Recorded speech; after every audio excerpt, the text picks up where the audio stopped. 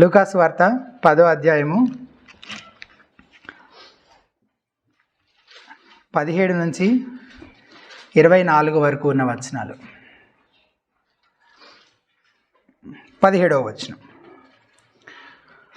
ఆ 70 మంది శిష్యులు సంతోషముతో తిరిగి వచ్చి, ప్రభువా, దయ్యములు కూడా నీ నామము వలన మాకు లోబడుచున్నవని చెప్పగా, ఆయన సాతాను మెరుపు వలె ఆకాశము నుండి పడుట చూచితిని. ఇదిగో, పాములను తేళ్లను త్రొక్కుటకును శత్రువు బలమంతటి మీదను మీకు అధికారము అనుగ్రహించి ఉన్నాను. ఏదియు మీకెంత మాత్రమును హాని చేయదు. అయినను దయ్యములు మీకు లోబడుచున్నవని సంతోషింపక, మీ పేరులు పరలోకమందు వ్రాయబడి ఉన్నవని సంతోషించుడని వారితో చెప్పెను. ఆ గడియలోనే యేసు పరిశుద్ధాత్మయందు బహుగా ఆనందించి, తండ్రి, ఆకాశమునకు భూమికిని ప్రభువా, నీవు జ్ఞానులకును వివేకులకును ఈ సంగతులను మరుగు చేసి పసిబాలురకు బయలుపరిచినావని నిన్ను స్తుతించుచున్నాను. అవును తండ్రి, అలాగు నీ దృష్టికి అనుకూలమైన సమస్తమును నా తండ్రి చేత నాకు అప్పగింపబడి ఉన్నది. కుమారుడెవడో తండ్రి తప్ప మరెవడునూ ఎరుగడు. తండ్రి ఎవడో కుమారుడెవనికి ఆయన బయలుపరచను ఉద్దేశించనో వాడును తప్ప మరెవడునూ ఎరుగనని చెప్పాను. అప్పుడు ఆయన తన శిష్యుల వైపు తిరిగి, మీరు చూచుచున్న వాటిని చూచు కన్నులు ధన్యములైనవి. అనేక మంది ప్రవక్తలను రాజులను మీరు చూచుచున్నవి చూడగోరి చూడకయు, వినగోరి వినకయు ఉండిరని మీతో చెప్పుచున్నానని ఏకాంతమందు వారితో అనను. చిన్న ప్రార్థన. మహోన్నతుడ, దయగల తండ్రి, చదవబడిన లేఖన భాగం మీ మాటలు మా హృదయంలో మీ కార్యం మీరు జరిగించి, మీ యొక్క సార్వభౌమ కృపను గురించి గుర్తెరిగి మిమ్మల్ని స్తుతించేటువంటి వారంగా, ఆనందించే వారంగా మమ్మల్ని చేయమని, ఈ లేఖన సత్యాలు మా హృదయాలపై ముద్రించుకోవడానికి దేవా మీ ఆత్మకార్యం మా మధ్యలో జరిగించమని మెట్టుకు మీ దాసుని నన్ను కూడా జ్ఞాపకం చేసుకుని కృప చూపించమని యేసు నామమున స్తుతించి ప్రార్థించి వేడుకుంటున్నాము తండ్రి. ఆమేన్. ఆమేన్. దేవుని సార్వభౌమ కృపను బట్టి బహుగా ఆనందించిన యేసు. ఈ బహుగా ఆనందించడం అనే మాట ఎక్కడైనా కనబడిందా? ఇప్పుడు మనం చదివిన లేఖన భాగంలో కనిపించలేదా? ఎక్కడుంది? 21వ వచనంలో ఉందన్నమాట కదా. ఆ గడియలోనే యేసు పరిశుద్ధాత్మయందు బహుగా ఆనందించి. అయితే ఆనందించడం దేని గురించి ఆనందించాడు అనేదే అంశం. ఆ 70 మంది పోయినసారి వాళ్ళకు కొన్ని మాటలు చెప్పి పంపించినట్టుగా చూసాం కదా. ఇప్పుడు వాళ్ళు వెనక్కి వచ్చి ఏం చేస్తున్నారు? తిరిగి రిపోర్ట్ చెప్తున్నారు. ఏం జరిగింది, వాళ్ళు ఎట్లా పరిచర్య చేశారు ఆ 70 మంది వెళ్ళి అని తిరిగి వచ్చి చెప్తున్నటువంటి సందర్భం అనమాట. మనల్ని ఎక్కువ సంతోషానికి గురి చేసేవి ఏంటి? చాలా ఉంటాయి కదా. ఉద్యోగం వచ్చిందంటే సంతోషంగా ఉంటుంది, మనకి పెళ్లి కుదిరితే సంతోషంగా ఉంటుంది, పిల్లలు పుట్టారంటే సంతోషం, జీతం పెరగడం గురించి సంతోషం, ప్రమోషన్ మనం అనుకున్న చోటే వస్తే ఇంకా సంతోషం కదా. ఇట్లా మన సంతోషానికి బోలెడు కారణాలు. కానీ ప్రతి విశ్వాసి సంతోషించాల్సిన విషయం ఒకటి ఉంది. ఏంటంటే ఆత్మల రక్షణ.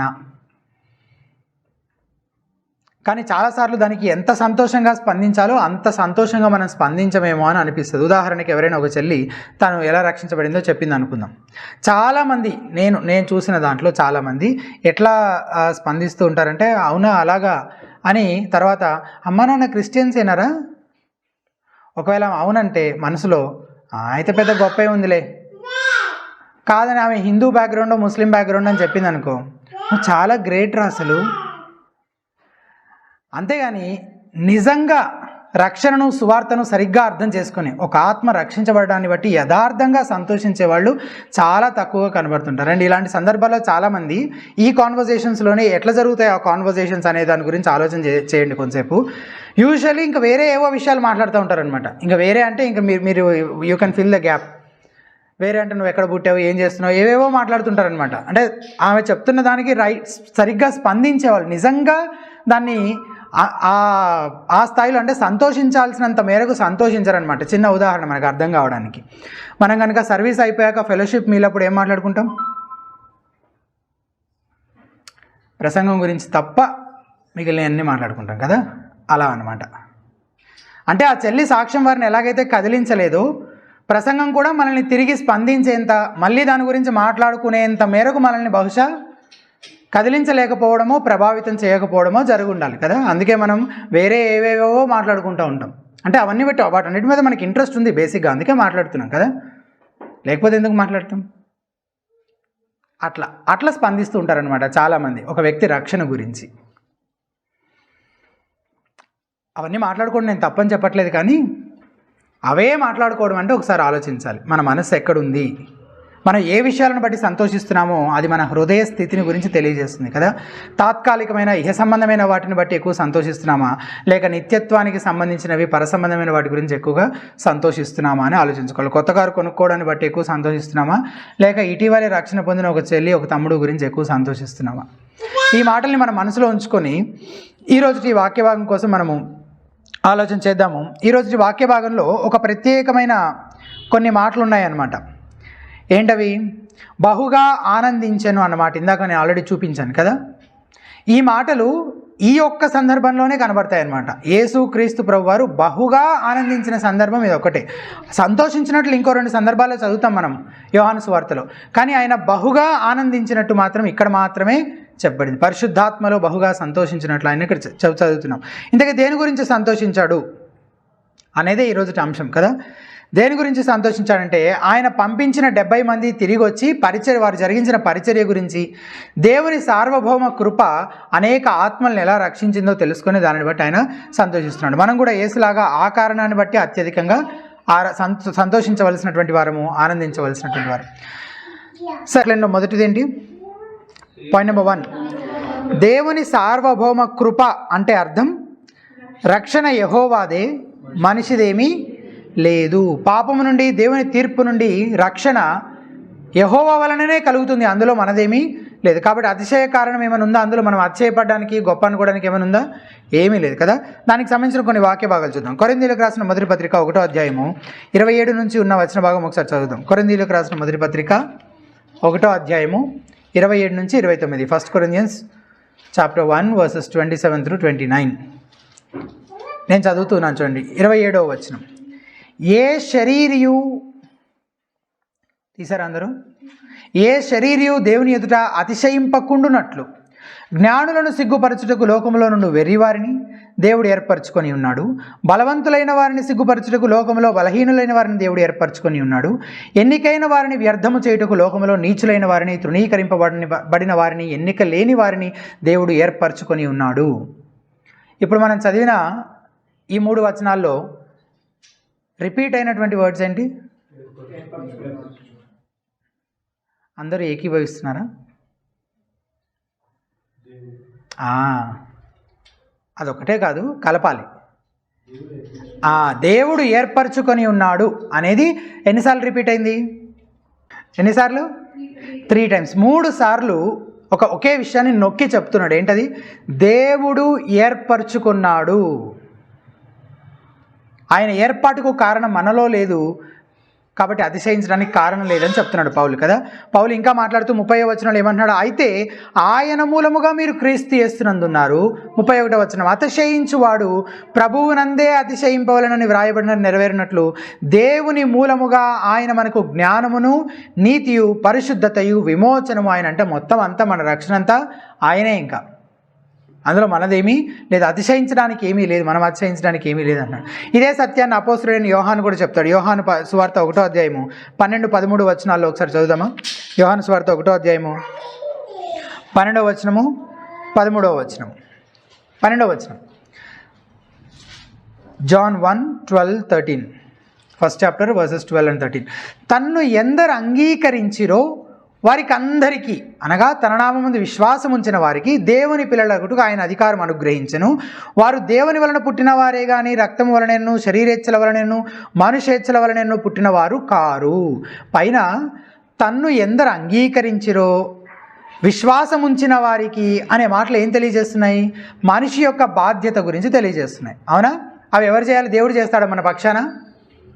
విశ్వాసం ఉంచడము, అంగీకరించడం ఎవరు చేయాలి? మనమే చేయాలి. కానీ మనంతా మనం చేయగలుగుతామా? మనం ఆ పని చేయాలంటే దేవుడు ఏం చేయాలి? ముందు 13వ వచనంలో 13వ వచనంలో చెప్పిన మాటలు ఏంటది?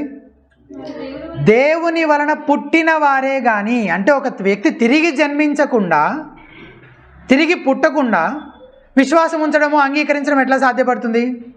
సాధ్యపడదు కదా. దేవుని వలననే, దేవుని వలన పుట్టినవారే కానీ రక్తం వలన, శరీరేచ్ఛల వలన, మనుషులేచ్ఛల పుట్టినవారు కారు అనే మాట మనం ఇక్కడ చూస్తున్నాం. అలాగే యాకోబు కూడా ఇదే విషయాన్ని చెప్తాడు. 1వ అధ్యాయం 18వ వచనంలో ఒకసారి చూద్దాం. యాకోబు రాసిన పత్రిక 1వ అధ్యాయము పేజ్ నెంబర్ 210. 1:18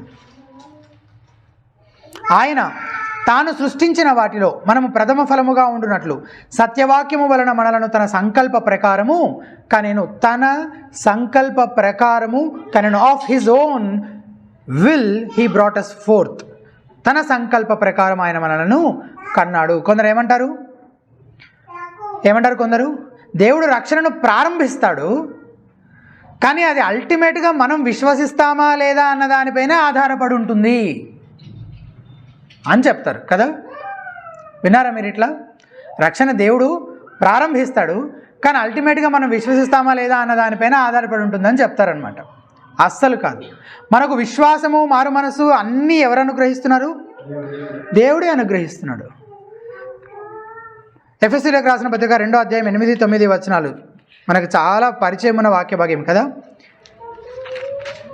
ఎఫెసీయులకు రాసిన పత్రిక 2:8-9 మీరు విశ్వాసము ద్వారా కృపచేతనే రక్షింపబడినారు, ఇది మీ వలన కలిగినది కాదు, దేవుని. అంటే రక్షణ మొత్తము దేవుని వరమేనా, లేకపోతే రక్షణలో మనమంటూ సంపాదించినవి, మన క్రియలుగా మనం చేయగలిగినవి, చేసేవి, కాంట్రిబ్యూట్ చేయగలిగేవి కొంత ఉన్నాయి, మిగిలినవి మాత్రమే దేవుని వరమా? అంటే ఎవరైనా పెళ్ళికి వెళ్తే ఫ్రెండ్స్ అందరూ తలా కొన్ని డబ్బులు వేసుకొని గిఫ్ట్ తీసుకెళ్తారు చూసారా, అందులో అందరి ప్రమేయం, అందరి కాంట్రిబ్యూషన్ ఉంటుంది అనమాట. అట్లా ఈ దేవుడు ఇస్తున్న ఈ బహుమానంలో తిరిగి మనం ఏమైనా ఇచ్చాము ఆయనకి? ఆ వరము అన్నప్పుడు విశ్వాసము కూడా వరమే, మారు మనసు కూడా వరమే.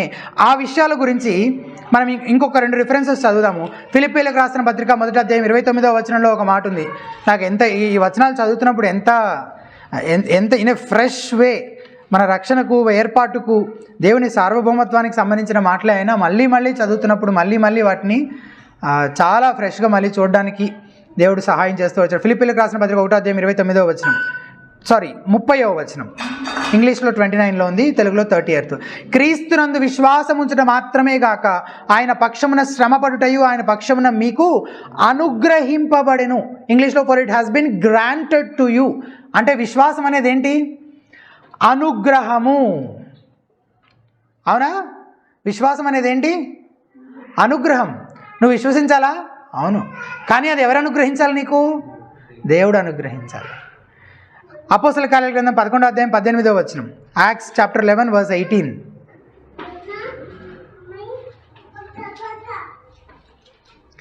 Acts chapter 11:18. వారు ఈ మాటలు విని, తీసిన వాళ్ళు ఎవరైనా పేజ్ నెంబర్ చెప్పండి. వారి ఈ మాటలు విని మరేమీ అడ్డము చెప్పక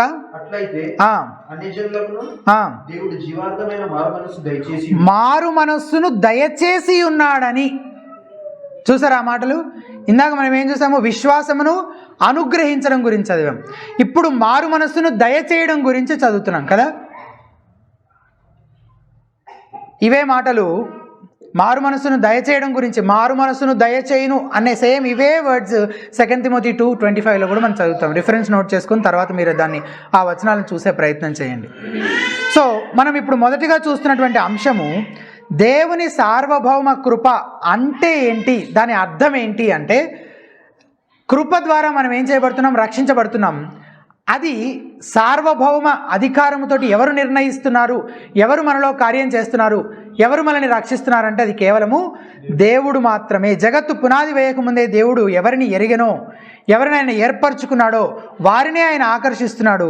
వారి ఎడలనే తన రక్షణార్థమైన కృపను, సార్వభౌమ కృపను కనపరుస్తాడు, వారినే రక్షిస్తాడు. రక్షణ యెహోవాదే, అందులో మనిషిదేమీ లేదు అనేది మొదట మనం అర్థం చేసుకుంటూ అందులో భాగంగా ఫస్ట్ సబ్ పాయింట్ ఒకటి చూద్దాం. మనం దేవుడు తనను తాను బయలుపరుచుకుంటేనే తప్ప మనం ఆయనను ఎరగలేము అనేది ఫస్ట్ సబ్ పాయింట్. మీకు అందరికి అర్థమైందా? దేవుడు తనను తాను బయలుపరుచుకుంటే తప్ప మనం ఆయనను ఎరుగలేము. దీన్ని నేను ఎక్కడి నుంచి తీసుకున్నాను అంటే 22వ వచనం నుంచి. 22వ వచనం, లూకాసు వార్త 10:22వ వచనం చాలా కీ వర్డ్స్. మొత్తం ఈరోజు ఈ ప్రసంగం అయ్యేలోపు ఒక 3-4 సార్లు చదువుకుంటాం. దాని చుట్టూనే మన ప్రసంగం అంతా తిరుగుతూ ఉంటుంది అనమాట, ఆ 22వ వచనం చుట్టూ. లూకాసు వార్త 10:22వ వచనం ఏంటది? కుమారుడెవడో తండ్రి తప్ప ఎవడును ఎరుగడు. తీసారా అందరూ? లూకాసు వార్త 10వ అధ్యాయము చూడాలి. ఆ మాటలు కొంచెం మనము జాగ్రత్తగా ఆలోచించకపోతే అర్థం కావు, మళ్ళీ కన్ఫ్యూజ్ అవుతాం మనం. 22వ వచనం, కుమారుడెవడో తండ్రి తప్ప ఎవడును ఎరుగడు. తండ్రి ఎవడో, ఈ మాటలు జాగ్రత్తగా చూడండి. తండ్రి ఎవడో కుమారుడును, కుమారుడు ఎవనికి ఆయనను బయలుపరచను ఉద్దేశించిన వాడును తప్ప మరెవడును ఎరుగడని చెప్పాను. ఇక్కడ ఎంతమంది గురించి మాట్లాడుతున్నారు? ఇద్దరు గురించి మాట్లాడుతున్నారు. తండ్రిని ఎరిగిన వారు ఎవరు? ఇద్దరు. తండ్రిని ఎరిగిన వారు ఎవరు? ఇద్దరు. ఎవరు? తండ్రి ఎవడో కుమారుడును అంటే ఎవరు? యేసుప్రభువారు. నెంబర్ 1 ఫస్ట్ది యేసుప్రభువారు. సెకండ్ది కుమారుడు ఎవనికి ఆయనను బయలుపరచ, ఆయనను అంటే తండ్రిని బయలుపరచను ఉద్దేశించునో వాడును. ఇతనెవరు? అబ్బాబ్బా, అక్కడ ఉన్నదంతా రిపీట్ చేస్తున్నారు మీరు. క్రైస్తవుడు, విశ్వాసి. వీళ్ళిద్దరే తండ్రిని ఎరుగుతారు. ఒకటి కుమారుడు ఎవరికైతే బయలుపరచను ఉద్దేశించాడో ఆ వ్యక్తి అంటే ఒక విశ్వాసి తప్ప తండ్రిని ఇంకెవరైనా ఎరిగే అవకాశం ఉందా? ఎందుకు కుమారుడు బయలుపరచకపోతే మనంతట మనం తండ్రిని ఎరగలేము? మనంతట మనం ఎందుకు దేవుని దగ్గరికి వెళ్ళలేకపోతున్నాం? కుమారుడు బయలుపరిస్తేనే మనం దేవుణ్ణి ఎరగలుగుతున్నామా? ఆయన రక్షణను పొందుకోగలుగుతున్నామా? మనంతట మనం ఎందుకు చేయలేకపోతున్నాం అనడానికి 4 కారణాలు చూస్తామన్నమాట మనం.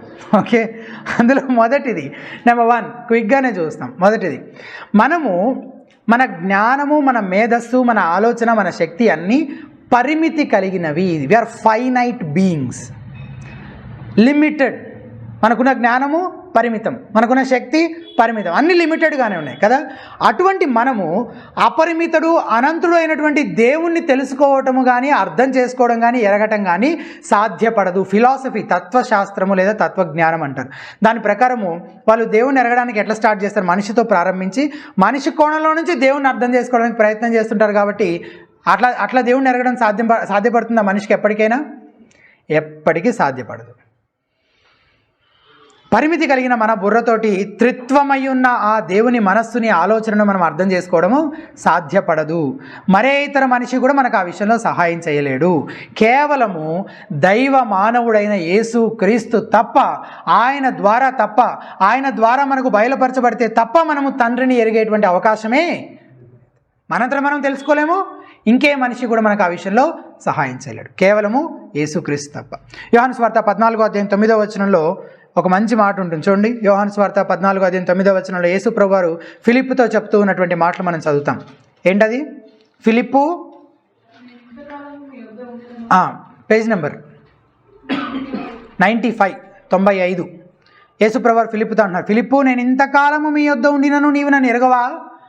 నన్ను చూచిన వాడు తండ్రిని చూచి ఉన్నాడు కనుక తండ్రిని మాకు కనపరచమని ఎలా చెప్పుచున్నావు? ఇంకా నువ్వు అర్థం చేసుకోలేదు, నీకు విషయం అర్థం కాలేదు. నన్ను చూస్తే తండ్రిని చూసినట్లే. అయితే మనం పరిమితి కలిగిన వాళ్ళం అనేది ఒక్కటేనా మన సమస్య? కాదు. ఎందుకు మనంతట మనం తండ్రిని ఎరగలేకపోతున్నాం, కుమారుడు అవసరం ఎందుకు వచ్చింది అనేదానికి నేను కారణాలు చెప్తున్నాను. మొదటిది, మనం పరిమితి కలిగిన వాళ్ళం. అదొకటే కాదు మన సమస్య, ఇంకో సమస్య ఉంది. ఏంటది? సహజంగానే మనము ఆధ్యాత్మికంగా గుడ్డి వారము, చచ్చిన వారము. Spiritually dead and spiritually blind. ఎటువంటి వాళ్ళం మనం? ఆధ్యాత్మికంగా చచ్చిన వాళ్ళము, గ్రుడ్డి వారము. కొరింథీయులకు రాసిన పత్రిక మొదటి పత్రిక 2వ అధ్యాయం 14వ వచనం. కొరింథీయులకు రాసిన మొదటి పత్రిక 2వ అధ్యాయము 14వ వచనం. 1:47, ప్రకృతి సంబంధి అయిన మనుష్యుడు దేవుని ఆత్మ విషయములను అంగీకరింపడు, అవి అతనికి వెర్రితనముగా ఉన్నవి, అవి ఆత్మానుభవం చేతనే వివేచింపదగును కనుక అతడు వాటిని గ్రహింపజాలడు. ప్రకృతి సంబంధి అయిన మనుషుడు దేవుని సంగతులను గ్రహించాలి. ఎలాగైతే గుడ్డివాడు అందమైన ఈ సృష్టిలోని దేన్నైనా చూడగలుగుతాడా? గుడ్డివాడు ఎట్లా చూస్తాడు? చూడలేడు కదా. సృష్టి ఎంత అందంగా ఉన్నా చూడలేడు కదా, దాన్ని అప్రిషియేట్ చేయలేడు అతను. అలాగే పాపి పరిశుద్ధాత్మ సహాయం లేకుండా దేవుని సంగతులను గ్రహించలేడు. ఎవరైతే నిత్య జీవాన్ని పొందుకొని తిరిగి జన్మిస్తారో వారు మాత్రమే ఆధ్యాత్మిక సంగతులను గ్రహించే సామర్థ్యం పొందుకుంటారు, దేవుని సంగతులను చూడగలుగుతారు, గ్రహించగలుగుతారు. సో ఆధ్యాత్మికంగా తిరిగి జన్మించని వ్యక్తి దేవుని తెలుసుకోవడము సాధ్యపడదు. పాపి కేవలం ఒక శవం వంటి వాడే, ఆధ్యాత్మికంగా చచ్చినవాడు, గుడ్డివాడు. ఈ రెండు సమస్యల గురించి చెప్పాను ఇప్పుడు దాకా. ఒకటి, మన జ్ఞానము, శక్తి అన్ని రకాలుగాను మనము పరిమితి కలిగిన వాళ్ళం. రెండవది, ఆధ్యాత్మికంగా మనము చచ్చిన వారము, గ్రుడ్డి వారము కనుక మనంతట మనము దేవుణ్ణి ఎరగడము సాధ్యపడడం లేదు, అన్లెస్ కుమారుడు బయలుపరిస్తేనే తప్ప అనేది చూసాం. మూడవ కారణం, మనము సాతాను యొక్క శక్తి, అధికారం కింద ఉన్నాము. ఎక్కడున్నాం? సాతాను యొక్క శక్తి, అధికారం కింద మనం ఉన్నామనేది మూడవ కారణం. యేసుక్రీస్తు పంపించిన 70 మంది తిరిగి వచ్చినప్పుడు దయ్యాలు ఎట్లా తమకు లోబడ్డాయో చెప్తున్నారు కదా. 17వ వచనంలో చూడండి, లూకాసు వార్త 10వ అధ్యాయం, మనం ఈరోజు మెడిటేట్ చేస్తున్న ప్యాసేజ్ లూకాసు వార్త 10వ అధ్యాయము 17వ వచనంలో ఆ మాటలు చదువుతున్నాం మనం. Page number 62, 62.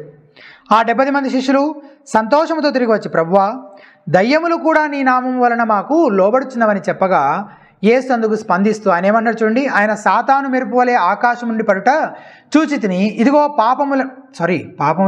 పాములను తేళ్లను త్రొక్కుటకును శత్రువు బలమంతటి మీదను మీకు అధికారం అనుగ్రహించి ఉన్నాను, ఏదియు మీకు ఎంత మాత్రమును హాని చేయదు అనే మాటలు చదువుతున్నాను కదా.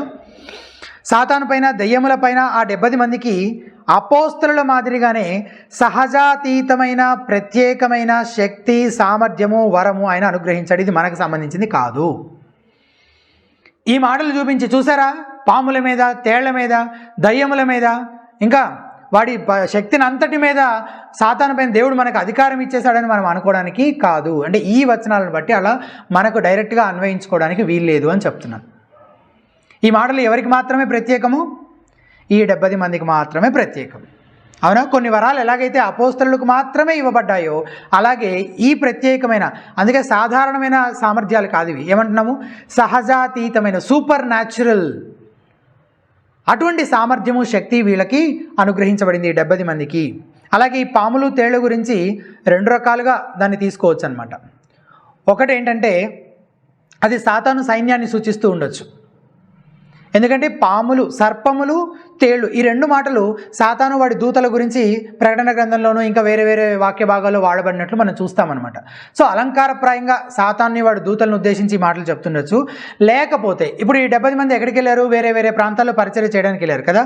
వాళ్ళకి ఎక్కడా ఏ హాని జరగకుండా వాళ్ళకి ఆ భద్రత కల్పించబడుతుంది అని యేసుప్రభువారు చెప్తూ ఉండొచ్చు ఈ మాటల్ని బట్టి. ఏదియు మీకు ఎంత మాత్రమును హాని చేయదు. అంటే మీరు ఏ మిషన్ మీద అయితే మీరు పంపించబడుతున్నారో ఆ మిషన్ మీరు సక్సెస్ఫుల్గా కంప్లీట్ చేసుకొని రావడానికి నా భద్రత, నా ప్రొటెక్షన్ మీకు ఉంటుంది అని చెప్తూ ఉండొచ్చు. శిష్యులు వారి పరిచర్యలో వారు సాధించిన ఈ విజయం, ఏ విజయం? ఇక్కడ మధ్యలో కొన్ని మాటలు చెప్తున్నారు కదా. ఏంటవి? సాతాను మెరుపు వలె ఆకాశం నుండి పడుట చూస్తుంది. కొంతమంది దీన్ని ఎట్లా ఇంటర్ప్రిట్ చేస్తారు? ఆదిలో, స్టార్టింగ్లో, ఎప్పుడో ప్రారంభంలో వాడు పరలోకం నుంచి తోయబడ్డాడు కదా, పడద్రోయబడ్డాడని చదువుతాం కదా, దానితోటి ముడిపెట్టి దీన్ని అదిగో ఆ పడద్రోయబడ్డం గురించే మాట్లాడుతున్నారు అంటారు. కానీ ఇక్కడ సందర్భం అదేనా? ఇక్కడ సందర్భం అదా? వాళ్ళు ఏం చెప్తున్నారు? ఒకవేళ అట్లా తీసుకుంటే అప్పుడు అది ఎట్లా ఉంటుందంటే వాళ్ళు ఏం చెప్తున్నారు, ఈయనేం మాట్లాడుతున్నాడు అని పొంతన లేకుండా ఉంటుందన్నమాట. ఈ సందర్భంలో ఆ మాటలను ఎట్లా అర్థం చేసుకోవాలి అంటే, శిష్యులు వారి పరిచర్యలో సాధించిన ఈ విజయాన్ని గురించి, సాతాను అంతిమంగా పడద్రోయబడడానికి గుర్తుగా ఇప్పుడు వాడు ఓడించబడ్డాడు, ఇప్పుడు వాడు పడిపోయాడు వీళ్ళ పరిచర్యలో భాగంగా. సాతానును ఓడించి ఇంతకు వీళ్ళు ఏం సాధించారో తెలుసా? కేవలం శారీరక స్వస్థత కాదు. శారీరకంగా దయ్యాలు పట్టిన వాళ్ళు ఎవరి చేత బాధించబడుతున్నారు అనేది ప్రశ్న. ఎవరి చేత? ఎప్పుడో చచ్చిపోయిన నాయనమ్మో తాతయ్యో ఆత్మయి వాళ్ళలోకి వచ్చి వాళ్ళని బాధిస్తుంది కదా. అంతేనా? మీరు వినలేదా? ఇట్లాంటి స్టోరీస్ విన్నారా వినలేదా? చచ్చిపోయిన వాళ్ళు వచ్చి ఆత్మలు అయిపోయి వాళ్ళని ఆవహించడము, వాళ్ళని ఇబ్బంది పెట్టడం అనే స్టోరీస్ విన్నారా? అది వాస్తవమేనా? అట్లా జరుగుతుందా? అట్లా జరగదు. మరి దయ్యం పట్టింది అన్నప్పుడు ఎవరు యాక్చువల్గా వాళ్ళని ఇబ్బంది పెడుతున్నారు? అపవాది. వాడు ఒక్కడే ఎంతమందికి పడతాడు? అపవాది, వాడి దూతలు. సాతాను, వాడి దూతలే మనుషులకు పట్టి బాధిస్తూ ఉన్నప్పుడు మనం దయ్యం పట్టింది అని అంటాం. వాళ్ళనే దయ్యాలు అని అంటున్నాం. అర్థమైందా? అపవాది, వాడి దూతలనే దయ్యాలు అంటున్నాం. కానీ ఎవరో చచ్చిపోయిన వాళ్ళ ఆత్మలై వీళ్ళకి వచ్చి పట్టడం అనేది జరగదు. మనిషి చనిపోయిన తర్వాత, ఇక్కడ మనిషి ఒక్కసారి చనిపోయాడు అని అంటే వెంటనే ఇంకా తన గమ్యస్థానం ఎక్కడో అక్కడికి వెళ్ళిపోతాడు. కానీ ఇంకా ఇక్కడిక్కడే ఆత్మ అయిపోయి తిరుగుతూ ఉంటాడు అనేది అది బైబిల్ చెప్పట్లేదు. అట్లాగని అది వాస్తవం కాదు, అది సత్యం కాదని గుర్తుపెట్టుకోండి. ఇప్పుడు వీళ్ళు దయ్యాలు వెళ్ళగొడుతున్నారు కదా. వెళ్ళగొడుతున్నప్పుడు వీళ్ళు ఆ సాతానుతోటి పోరాడి వీళ్ళ శక్తిని కనపరుస్తూ ప్రదర్శిస్తూ వాళ్ళ నుంచి దయ్యాలను తరిమేస్తున్నారు కదా. సో అది ఒక రకంగా సాతానును ఓడించడమే, వాడిపైన విజయం సాధిస్తూ ఉన్నారు కదా. అయితే శారీరక స్వస్థత మాత్రమే కాకుండా వారి పాపాల నుంచి స్వస్థపరచబడినట్లు దేవుని రాజ్యమును వారు ప్రకటించడం ద్వారా అనేక ఆత్మలను ప్రభువు కోసం సంపాదిస్తూ ఉన్నారు కదా. ఈ పరిచర్య అంతట్లో ఈ 70 మంది పోరాడవలసి ఉంది. ఎందుకు? ఆధ్యాత్మికంగా కూడా పోరాటమే. ఎందుకు పోరాటము? కొరింథీయులకు రాసిన 2వ పత్రిక 4వ అధ్యాయము 4వ వచనం. దేవుని స్వరూపి అయిన క్రీస్తు మహిమను కనపరచు సువార్త ప్రకాశము వారికి ప్రకాశింపకుండు నిమిత్తము, ఎవరి మీద సువార్త ప్రకాశం పడకుండా ఏం చేస్తున్నాడు? ఈ యుగ సంబంధమైన దేవత, వాడుక భాషలో ఎట్లా ట్రాన్స్లేట్ చేశారని పోయినసారి ఒకసారి చెప్పాను, జ్ఞాపకం ఉందా? ఈ యుగ సంబంధమైన దేవత అనేది మాటకి ఈ యుగ సంబంధమైన దేవుడు అని ట్రాన్స్లేట్ చేశారు. God of this world. ఈ యుగ సంబంధమైన దేవుడు ఏం చేస్తున్నాడంటే అవిశ్వాసులైన వారి మనోనేత్రాలకు ఏం కలుగజేస్తున్నాడంట? అంటే ఇప్పుడు సువార్త చెప్పే వాళ్ళందరూ ఏం చేయాలి?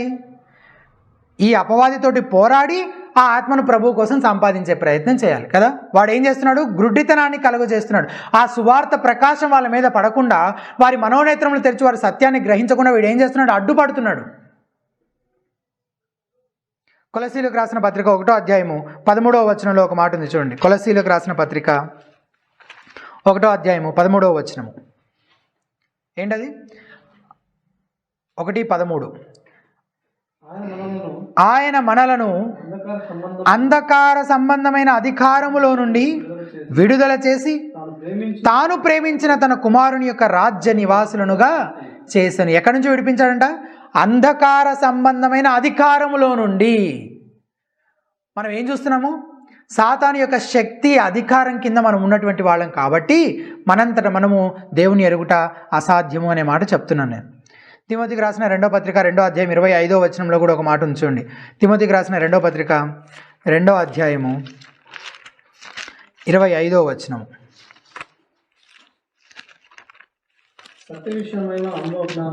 Page number 195.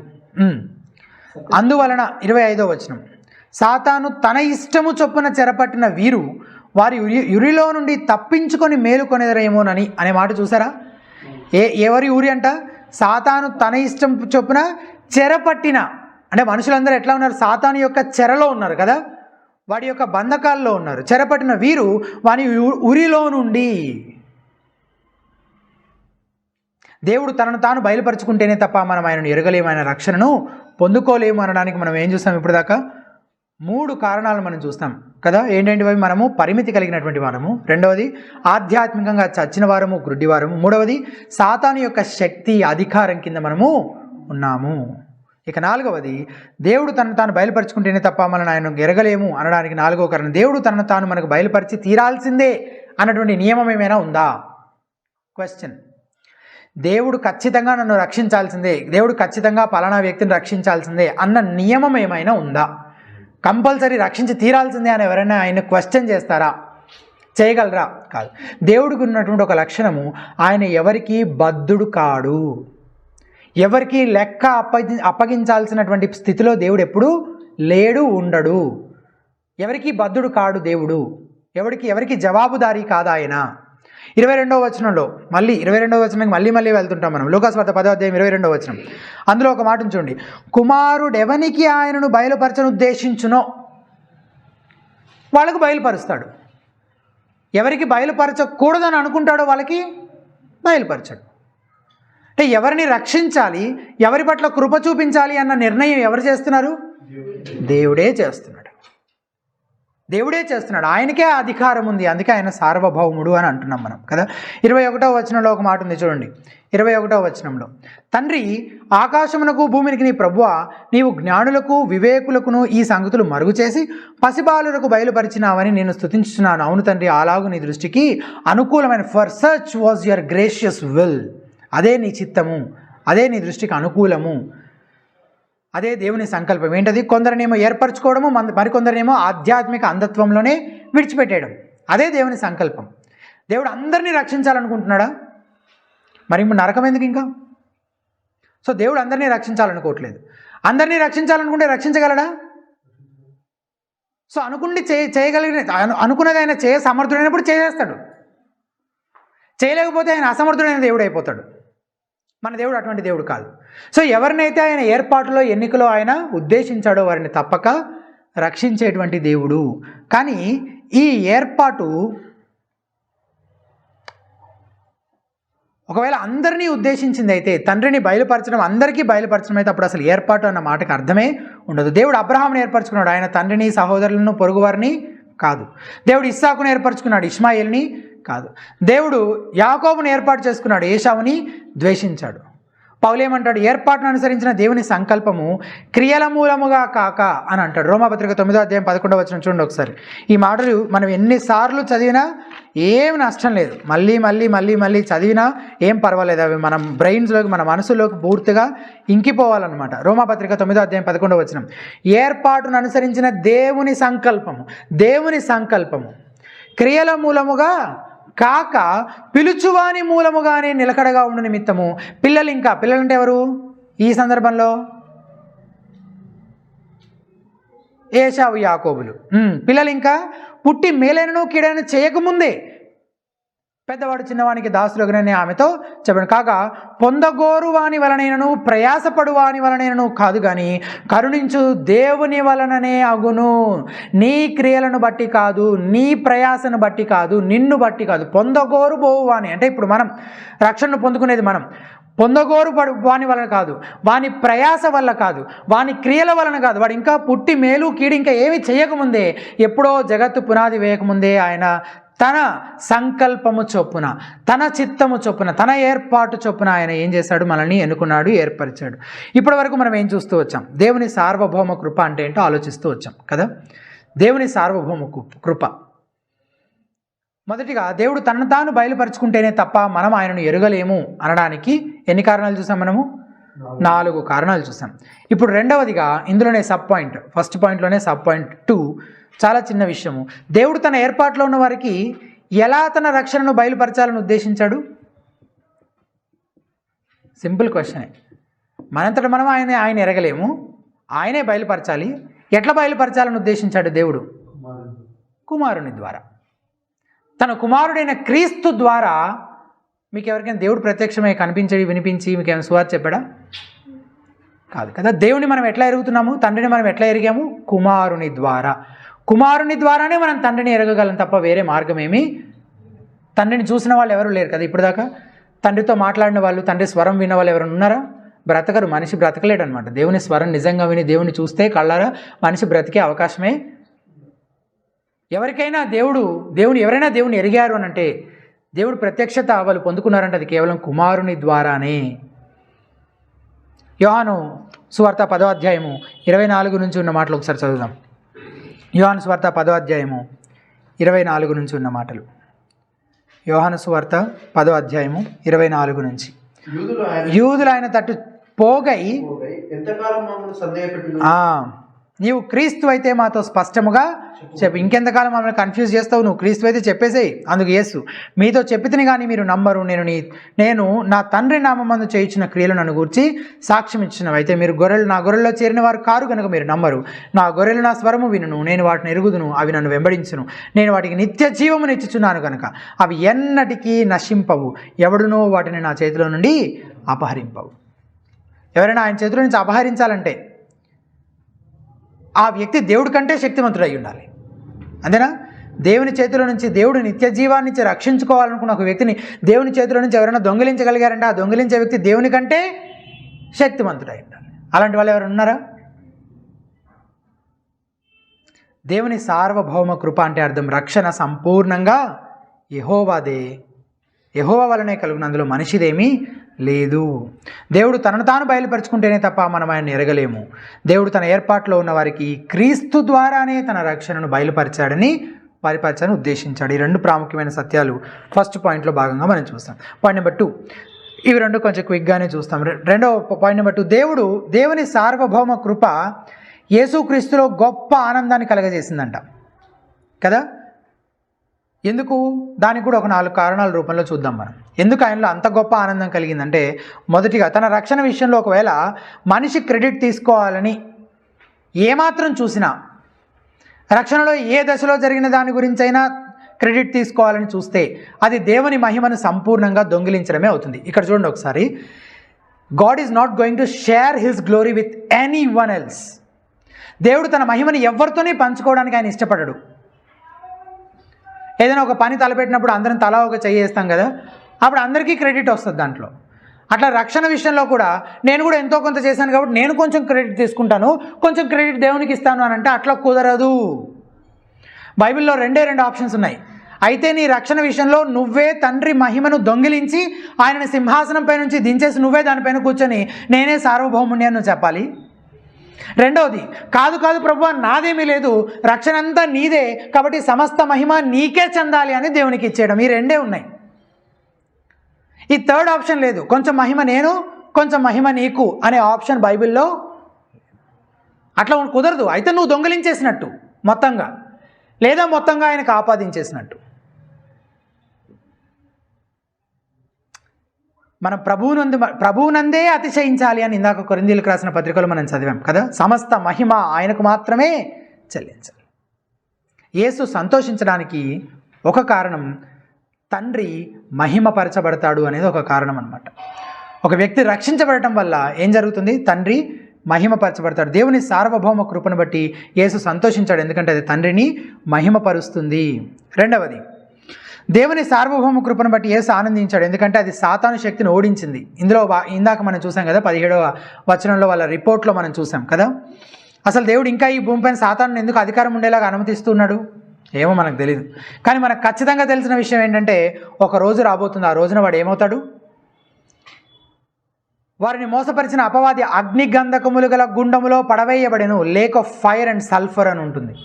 అగ్నిగంధకములు గల గుండములో పడవేయను. అచ్చట ఆ క్రూర మృగమును అబద్ధ ప్రవక్తయ్యి ఉన్నారు, వారు యుగయుగములు రాత్రింబగళ్ళు బాధింపబడుదురు. అట్లాంటి ఒక దినం రాబోతుంది, వాడి అల్టిమేట్ డిస్ట్రక్షన్ జరిగేటువంటి రోజు. ఒక ఆత్మ రక్షించబడిన ప్రతిసారి ఏం జరుగుతుంది? తండ్రికి మహిమ వస్తుంది. రెండవది, ఇప్పుడు మనం చూస్తున్నట్టుగా సాతానుపై దేవుడు అంతిమంగా పొందబోయే విజయానికి ఇది ఒక ఫోర్ట్రెస్ లాంటిది అనమాట కదా. ఇందాక మనం ఒక మాట చూసాం కదా, సాతాను మెరుపు వలె ఆకాశం నుండి పడుట చూచితిని అని. అది చూచితిని అనే దానికంటే గ్రీకులో ఉన్న మాటకి దాని భావము చూస్తూ వచ్చాను అనే భావం వస్తుందంట. చూచితిని అని కాదు, చూచితిని అంటే ఒక్కసారి జరిగిపోయింది నేను చూస్తాను అని కదా, అలా కాదంట. చూస్తూ వచ్చాను అనే భావం వస్తుందంట. అంటే ఒక్కో ఆత్మ రక్షించబడుతూ ఉంటే సాతాను రాజ్యం ఏమవుతుంది? కూలిపోతూ ఉంది. వాడు ఓడిపోతూ ఉన్నాడు, వాడు పడిపోతూ ఉన్నాడు. ఆ పడటం అంటే దాన్ని సూచిస్తూ ఉంది. ఆ 70 మంది పరిచర్య జరిగిస్తున్నప్పుడు ఒక్కో ఆత్మ రక్షించబడుతుంటే వాడి నాశనం, వాడి పతనం, వాడి పడిపోవటాన్ని సూచిస్తూ యేసుప్రభువారు ఆ మాటలు చెప్పుండొచ్చు. ఇలా సంఘ చరిత్ర అంతా జరుగుతూ వచ్చింది, ఇప్పుడు జరుగుతుంది, ఇకపైన కూడా జరుగుతూనే ఉంటుంది. ఇలా ఆత్మల విషయమై కలిగే సంతోషం ఎట్లాంటిదో 15వ అధ్యాయం లూకాసు వార్త 15వ అధ్యాయం 7వ వచనంలో చెప్పబడింది. చూడండి ఒకసారి, లూకాసు వార్త 15వ అధ్యాయము 7వ వచనము. లూకాసు వార్త 15వ అధ్యాయము 7వ వచనము. అటువలే మారుమనసు అక్కర్లేని 99 మంది నీతిమంతుల విషయమై కలుగు సంతోషము కంటే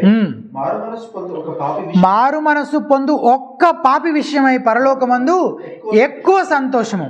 అదే అధ్యాయం 10వ వచనం కూడా చూడండి. అటువలే మారు మనసు పొందు ఒక్క పాపి విషయమై దేవుని దూతలు ఎదుట సంతోషము కలుగును. అలాగే యేసుక్రీస్తు కూడా ఈ 70 మంది చేసిన పరిచర్యను బట్టి, సాతాను ఓడించి వారు చేసిన స్వస్థతను బట్టి, అంత మాత్రమే కాకుండా సంపాదించిన ఆత్మలను బట్టి ఆయన ఏం చేస్తున్నాడు? బహుగా ఆనందిస్తూ ఉన్నాడు, సంతోషిస్తూ ఉన్నాడు. మూడవ కారణం, దేవుని సార్వభౌమ కృపను బట్టి యేసు ఆనందించడానికి మూడవ కారణం, అది గర్విష్టి అయిన పాపిని తగ్గించుకునేలా చేస్తుంది. గర్విష్టి అయిన పాపిని ఏం చేస్తుంది? తగ్గించుకునేలా చేస్తుంది. 21వ వచనంలో కొన్ని మాటలు చదివాం మనం. నీవు జ్ఞానులకును వివేకులకును ఈ సంగతులను మరుగు చేసి పసిబాలులకు బయలుపరిచినావని అన్న మాట మనం చూస్తున్నాం కదా. పసిపిల్లలకంటే నిజంగానే పసిపిల్లలకే దేవుడు తను బయలుపరుచుకుంటున్నాడు, వాళ్ళే రక్షణ పొందుతున్నారా? జ్ఞానులు వివేకులైనటువంటి వాళ్ళు ఎవరు రక్షణ పొందరా? సైంటిస్టులు రక్షణ పొందరా? కొత్తవి కనిపెట్టే వాళ్ళు, ఇన్నోవేట్ చేసేవాళ్ళు, పెద్ద స్కాలర్స్, PhD స్కాలర్స్ ఎవరు రక్షించబడరా ఈ వచనాన్ని బట్టి? అదేనా భావం? అస్సలు కాదు. ఈ వివేకులు జ్ఞానులు ఎవరు? ఈ పసిబాలుడు ఎవరు? అసలు ఇది దేన్ని సూచిస్తూ ఆయన చెప్తున్నాడు అనేది జాగ్రత్తగా అర్థం చేసుకోవాలి. ఎవరిని సూచిస్తూ ఆ మాటలు చెప్తున్నాడంటే తమ సొంత జ్ఞానము, తమ సొంత మేధస్సు, దాని మీద ఆధారపడి తమ సొంత మార్గాల్లోనే నీతిని సంపాదించుకొని దేవుణ్ణి ఎరిగి దేవుని చెంతకు వెళ్ళాలి అని ఎవరైతే ప్రయాసపడుతూ ఉంటారో వారిని ఉద్దేశించి వివేకులు జ్ఞానులు అంటే పరిసయ్యులు, శాస్త్రులు వంటి స్వనీతి పరులు ఎవ్వరూ వారికి బయలుపరచలేదంటే. ఎవరికి బయలుపరిచారు? ఎవరైతే అయ్యా నేను పాపిని, నాలో మంచేమీ లేదు అని తమను తాము ఎవరైతే తగ్గించుకుంటారో, అటువంటి దీన మనసును, నేను ఆధ్యాత్మిక బీదరికంలో ఉన్నవాడిని, నువ్వు రక్షించకపోతే నాకు ఇంకా వేరే మార్గం లేదు ప్రభు అని ఎవరైతే ఆయన దగ్గరికి వస్తారో అటువంటి వారిని, అటువంటి పసిబాలుర వంటి దీన మనసు కలిగినటువంటి వారికి ఆయన తాను బయలుపరుచుకున్నట్టుగా మనం ఇక్కడ చదువుతున్నాం కదా. కొరింథీయులకు రాసిన మొదటి పత్రిక 1వ అధ్యాయము 21వ వచనం చూడండి ఒకసారి. కొరింథీయులకు రాసిన మొదటి పత్రిక 1వ అధ్యాయం 21వ వచనం.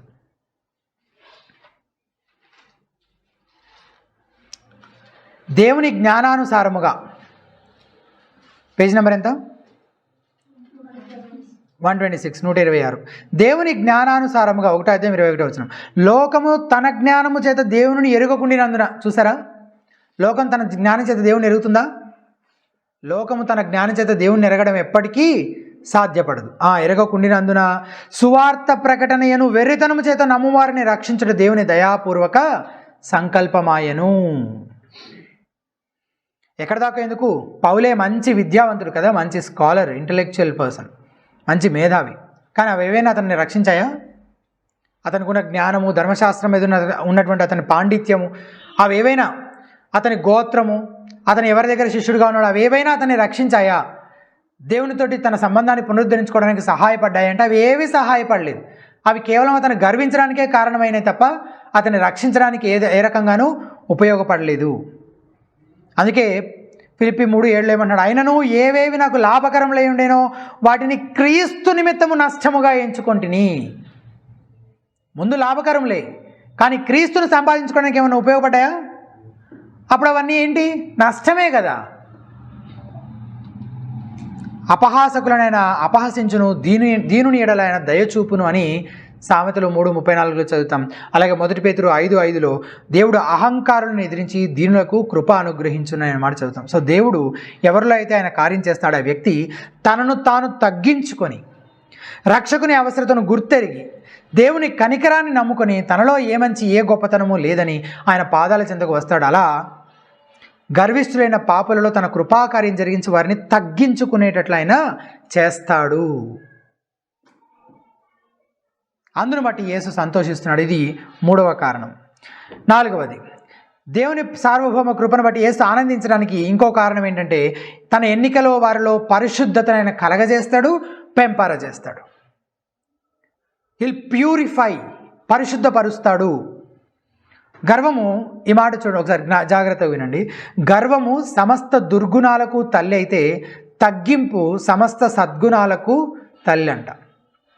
అంటే గర్వం ఒకటి ఉంటే చాలు, అందులో నుంచి మెల్లిమెల్లిగా మిగిలినవన్నీ కూడా వస్తూ ఉంటాయి. తగ్గింపు సమస్త సుగుణాలకు తల్లి. ఎవరికైతే దేవుని పరిశుద్ధత, మహిమ, క్రీస్తునందున రక్షణార్థమైన కృప యొక్క గొప్పతనం అర్థమవుతాయి, ఆ వ్యక్తి తన గర్వాన్ని బట్టి తను పరిశీలించుకుంటూ ఉంటాడు, పరిశుద్ధతలో ఎదుగుతుంటాడు. ఇవి కొన్ని కారణాలు. నేను 4 చెప్తే ఈ 4 ఆయన్ని నిజంగా సంతోషానికి గురి చేసి నేను కాదు, లేఖనాలన్నీ సమగ్రంగా అర్థం చేసుకుంటూ ఒక 4 కారణాలు మేము ముందుంచే ప్రయత్నం చేశాను. ఇంకా చాలా కారణాలు ఉంటాయి. మన రక్షణ చుట్టూ తిరుగుతున్నటువంటి ఇంకా అనేక కారణాలను బట్టి కూడా ఆయన సంతోషిస్తూ ఉండొచ్చు. ఓకే, కొందరు ఇట్లా అంటారనమాట, ఏమని? ఇందాక నేను రక్షణ గురించి చెప్పాను కదా, దేవుడు కొంతమందిని ఏర్పరచుకున్నాడు, కొంతమందిని వాళ్ళ ఆధ్యాత్మిక దుష్టత్వంలోనే ఉండిపోవడానికి వదిలేశాడు అని చెప్పాను కదా. ఇలా చెప్పినప్పుడు కొంతమంది ఈ సిద్ధాంతాన్ని వాక్యంలో ఇన్ని ఆధారాలు చూపించారు దేవుని ఏర్పాటు గురించి కాబట్టి నమ్మడానికి తప్పట్లేదు, కానీ మేము అందులో దాన్ని బట్టి ఆనందించలేకపోతున్నామని కొంతమంది అంటారనమాట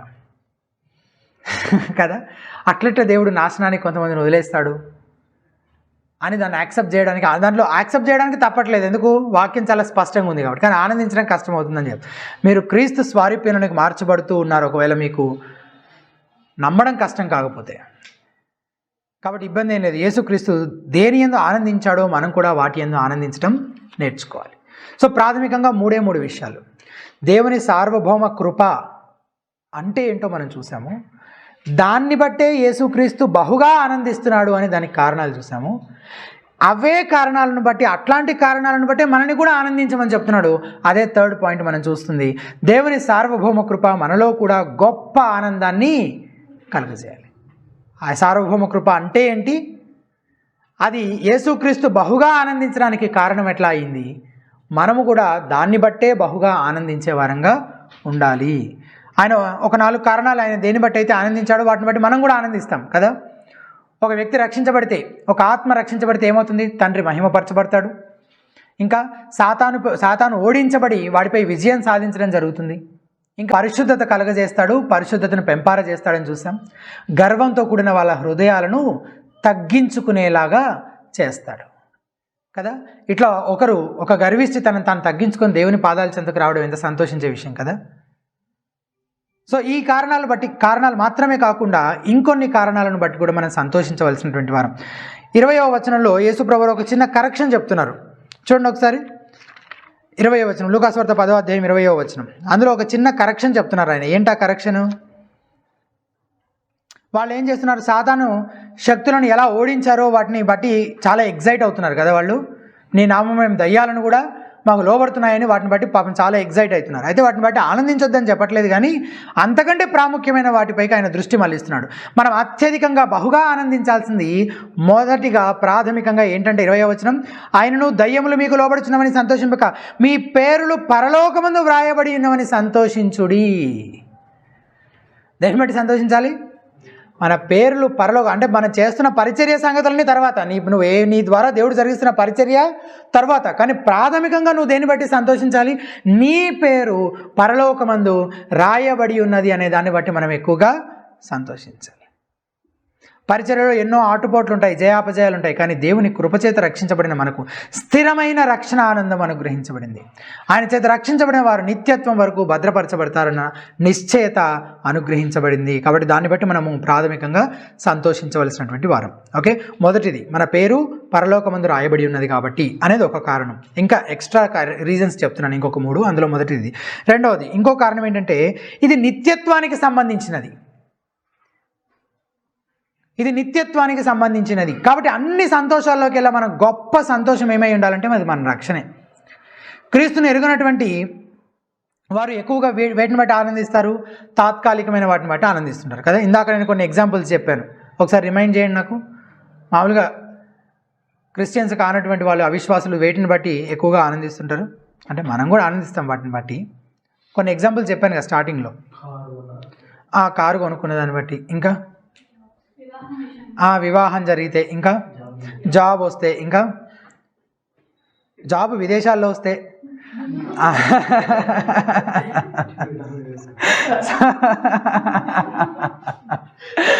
సో ఇట్లా చెప్పుకుంటూ పోతే మన సంతోషాలకు బోల్డని కారణాలు ఉంటాయి కదా. వీటన్నిటిని బట్టి విశ్వాసులైన మనం కూడా ఆనందిస్తాం, కానీ మనం వీటన్నింటికంటే అత్యధికంగా బహుగా ఎక్కువగా సంతోషించాల్సిన విషయము మన రక్షణ. ఎందుకంటే ఇవన్నీ తాత్కాలికమైనవే. వీటన్నిటిని బట్టి మనం నిత్యత్వంలో కూడా ఎప్పటికీ ఆనందిస్తూ ఉంటామా? ఇవన్నీ ఇక్కడి వరకే, టెంపరీ కదా, ఈ భూమి మీద మనం బ్రతికినంత కాలమే. కానీ రక్షణ అది నిత్యత్వానికి సంబంధించింది కనుక మనం దాన్ని బట్టి అత్యధికంగా ఆనందించవలమై ఉండాలి. లాస్ట్ రీజన్, మూడవది, దేవుని సార్వభౌమ కృపను బట్టి మనం రక్షించబడటం పాత నిబంధన పరిశుద్ధుల కంటే ఎక్కువ సంతోషం కలగజేయాలంట మనలో. ఎందుకనో పాత నిబంధన భక్తుల కంటే ఎక్కువ సంతోషం కలగజేయాలంట మనలో. ఎందుకని? 23వ వచనం, లూకాసు వార్త 10వ అధ్యాయం 23-24 వచనాలు. అప్పుడు ఆయన తన శిష్యుల వైపు తిరిగి, మీరు చూచుచున్న వాటిని చూచు కన్నులు ధన్యములైనవి. అనేక మంది ప్రవక్తలను రాజులను మీరు చూచుచున్నవి చూడగోరి చూడకయు, వినగోరి వినకయు ఉండిరని మీతో చెప్పుచున్నానని ఏకాంతమంది వారితో అన్నాడు. క్రీస్తుకు ముందున్న పాత నిబంధన భక్తులు అందరూ వాళ్ళు యేసుక్రీస్తునందు ఎట్లా విశ్వాసం ఉంచారు? భవిష్యత్తులో ఆయన రాబోతున్నాడు అని విశ్వాసం ఉంచి వాళ్ళు రక్షించబడ్డారు కదా. మనం ఎట్లా రక్షణ పొందుతున్నాం? వెనక్కి చూసి రక్షణ పొందు. వాళ్ళు ముందుకు చూస్తే మనం వెనక్కి చూస్తున్నాం కదా. యేసుక్రీస్తు రాబోతున్నాడని వాళ్ళు ముందుకు చూసి రక్షణ పొందారు. ఆయన 2000 సంవత్సరాల క్రితం ఆల్రెడీ వచ్చి ఉన్నాడు అని మనం వెనక్కి చూసి రక్షణ పొందుతున్నాం. సో అందులో ఏమి ఇబ్బంది లేదు. కానీ అక్కడ చదివిన మాటలు చూసారా? ఆయన్ని చూడగోరి చూడకయు, వినగోరి వినకయు. వారేమో అంటే వాళ్ళ కోరిక ఉంది పాపం వాళ్ళకి. ఏమని? మేము బ్రతుకున్న కాలంలోనే మేము మెస్సియా గురించి, క్రీస్తు గురించి ప్రకటిస్తున్న ఈ ప్రవచనాలని నెరవేరి ఆయన నిజంగానే వచ్చేసి ఆయన మా కళ్ళతో మేము చూసి ఆయన మాటలన్నీ మా చెవులతో మేము వింటే ఎంత బాగుండు అని వాళ్ళు బాగా ఆశపడి ఉంటారు కదా. కానీ వాళ్ళ లైఫ్ టైంలో జరిగిందా? మీ లైఫ్ టైంలో జరుగుతుంది, మీరు ధన్యులు అని అంటున్నాడు. అదే ధన్యత మనకు కూడా వర్తిస్తుంది. ఎందుకు? ఆయన్ని చూసిన వాళ్ళు, ఆయనతో పాటు తిరిగిన వాళ్ళు ఇంకా అధికంగా, ఇంకా ఎక్కువగా ఇచ్చినటువంటి ప్రత్యక్షత సంపూర్ణంగా బైబిల్ గ్రంథం రూపంలో మనకు అనుగ్రహించబడింది. యేసుక్రీస్తు గురించి ఇన్ని సంగతులు వాళ్ళకి తెలుసా? పాత నిబంధన భక్తులకి. కానీ మనకు తెలుసు. కదా. అంత్య దినాల్లో ఏం జరుగుతుందో వాళ్ళకి తెలుసా అంటే అక్కడక్కడ కొన్ని ప్రవచనాల రూపంలో కొంత తెలుసు, కానీ ప్రకటన గ్రంథంలో ఇవ్వబడినంత స్పష్టంగా వాళ్ళకి తెలుసా? మనం ఎంత ధన్యులం కదా. సో వాళ్ళకంటే మనం ఇంకా మన రక్షణకు సంబంధించి కూడా, పాప క్షమాపణకు సంబంధించి ఎంత ఎంత ఎంత విస్తారంగా, ఎంత చక్కగా మనం కొత్త నిబంధనలో మనకు ప్రత్యక్షపరచబడింది. కాబట్టి క్రీస్తునందున మనము పాత నిబంధన భక్తుల కంటే కూడా మనం ఇంకా ఎక్కువగా మన రక్షణను బట్టి సంతోషించవలసినటువంటి వారము. చివరిగా పేతురు రాసిన మొదటి పత్రికలోని ఒక రిఫరెన్స్ చదువుకొని మనం ముగించుకుందాం. పేతురు రాసిన మొదటి పత్రిక 1వ అధ్యాయము 10, 11, 12 వచనాలు నేను చదువుతున్నాను. పేతురు రాసిన మొదటి పత్రిక 1వ అధ్యాయము 10 నుంచి ఉన్న వచనాలు నేను చదువుతున్నాను. ఈ పాత నిబంధన భక్తులకు సంబంధించినవి. మీకు కలుగు ఆ కృపను గూర్చి ప్రవచించిన ప్రవక్తలు ఈ రక్షణ గూర్చి పరిశీలించుచు తమ యందున్న క్రీస్తు ఆత్మ క్రీస్తు విషయమైన శ్రమలను గూర్చియు వాటి తర్వాత కలగబోవు మహిమలను గూర్చియు ముందుగా సాక్ష్యం ఇచ్చినప్పుడు ఆ ఆత్మ ఏ కాలమును ఎట్టి కాలమును సూచించుచూ వచ్చనో దానిని విచారించి పరిశోధించిరి. 12వ వచనం, పరలోకము నుండి పంపబడిన పరిశుద్ధాత్మ వలన మీకు సువార్త ప్రకటించిన వారి ద్వారా మీకు ఇప్పుడు తెలుపబడిన ఈ సంగతుల విషయమై తమ కొరకు కాదు కానీ మీ కొరకే తాము పరిచర్య చేసిరని సంగతి వారికి బయలుపరచబడిన దేవదూతలు ఈ కార్యములను తొంగి చూడ గోరుచున్నారు. ఈ గొప్ప రక్షణను బట్టి మనం ఏం చేయాలి? 9వ వచనం పైకి రండి. 9వ వచనం, ఈ గొప్ప రక్షణను బట్టి మనం ఏం చేయాలి? చెప్పనశక్యమును మహిమాయుక్తమునైన సంతోషము గలవారై ఆనందించుచూ ఉన్నారంట విశ్వాసులు. ఇదే మనం చేయాల్సినటువంటి పని కదా. చాలా సింపుల్గా 3 మాటల్లో మళ్ళీ చెప్పాలంటే ఏం చెప్పచ్చు? దేవుని యొక్క సార్వభౌమ కృప మన ఎడల ఆయన కనపరిచి తన ఏర్పాటులో మనల్ని ఏర్పరచుకొని మనల్ని రక్షించుకున్నాడు, మనల్ని విమోచించాడు. ప్రతి ఆత్మ రక్షించబడటాన్ని బట్టి పరలోకంలో అత్యధికమైన ఆనందం కలుగుతుంది చూసాము. యేసుప్రభువు వారు కూడా బహుగా ఆనందించను, సంతోషించను అని చదువుతున్నాం. అదే రకంగా మనం కూడా పరలోకమందు మన పేరు రాయబడిందని, అంధకార సంబంధమైన వాటి నుంచి మనం విడిపించబడ్డామని, పరసంబంధమైన వాటిలో మనకు పాలు వచ్చిందని, దేవుని రాజ్యవారసులుగా మనం చేయబడ్డామని అత్యధికంగా మిగిలిన వాటి అన్నింటికంటే మనం అత్యధికంగా బహుగా ఆనందించవలసినటువంటి విషయం ఏంటంటే అది మన రక్షణ. దేవుని యొక్క సార్వభౌమ కృప ఆయన మనల్ని కనపరిచినందుకు చెప్పనశక్యము మహిమాయుక్తమునైన సంతోషము గలవారే మనము ఆనందించవలసినటువంటి వారము అనే మాటను మనం జ్ఞాపకం చేసుకుంటూ ప్రార్థన